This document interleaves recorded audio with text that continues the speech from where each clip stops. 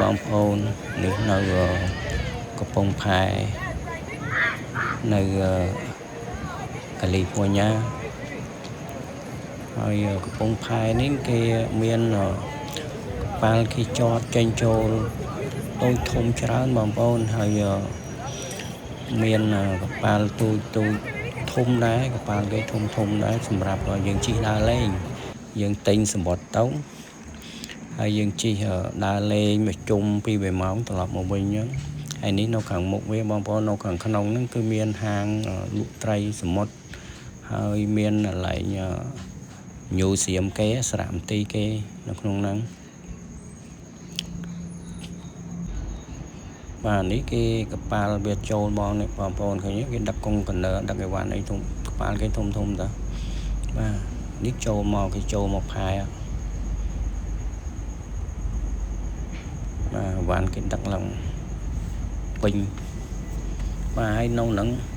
បាទនៅហ្នឹងមានកប៉ាល់ធំច្រើនបងប្អូនតែខ្ញុំថតបានខ្លះអត់ខ្លះច្រើនកន្លែងកំពង់ផែគេធំហើយក៏មានកន្លែង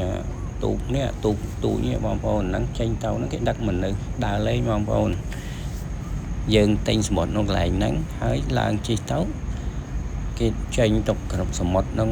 ពី2ម៉ោងអញ្ចឹងត្រឡប់មកវិញបាទទូកគេដើរលេង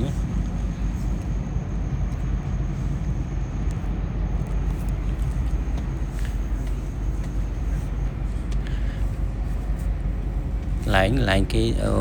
កប៉ាល់ឲ្យគេទៅលេងផងតែយើងនឹងគេទៅលេងនឹងទៅមើលនេះមើលនោះលេងហើយមានរេស្តូរ៉ង់មានអីបងប្អូននៅហ្នឹងគេហូបអី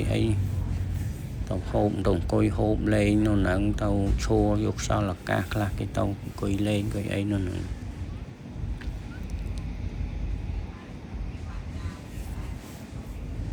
នោះផ្លូវគេបងប្អូនឥឡូវខ្ពស់ហ្នឹងគឺផ្លូវគេផ្លូវជាប់ទៅ freeway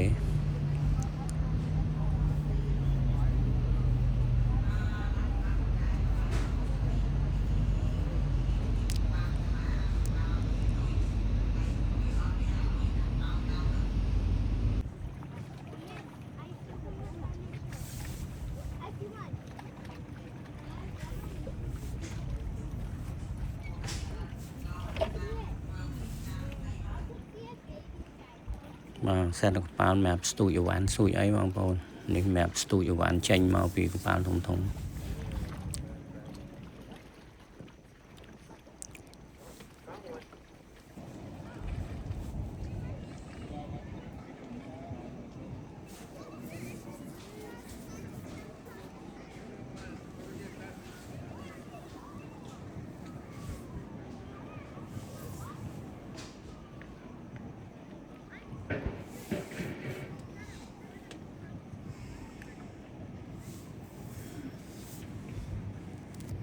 ប៉ាល់គេសម្រាប់ស្ទូចបងប្អូនធំបាទនេះនៅខាងលើទល់មុខមួយសមុទ្របងប្អូននៅខាងលើនោះមានផ្លូវគេឡើងទៅលើនោះទៅខាងកៅទីក្រុងដូច downtown ទូចមួយអញ្ចឹង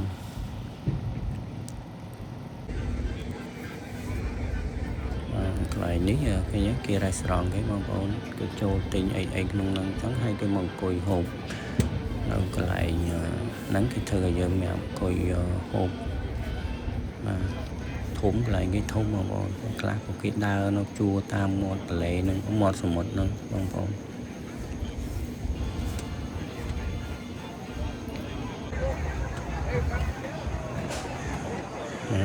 នេះកន្លែងគេលក់អីតាមផ្លូវបងប្អូននៅក្បែរហ្នឹងគេលក់ដូចកាហ្វេលក់អីទឹកកន្លុកទឹកអីបងប្អូន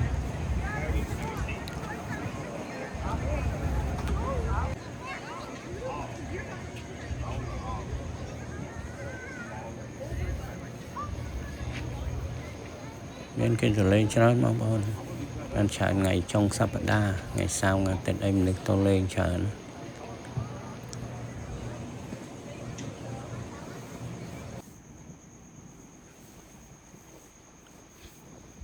បាទនេះអាគារមួយផ្សេងក្បែរនឹងទៀតខាង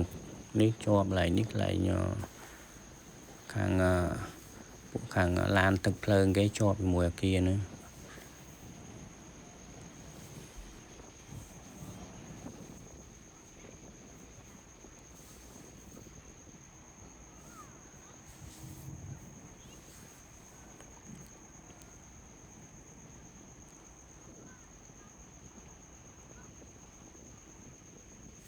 ឡើងគេធំណាស់បងប្អូនបាទអរគុណច្រើនបងប្អូនជួបគ្នានៅវីដេអូក្រោយទៀត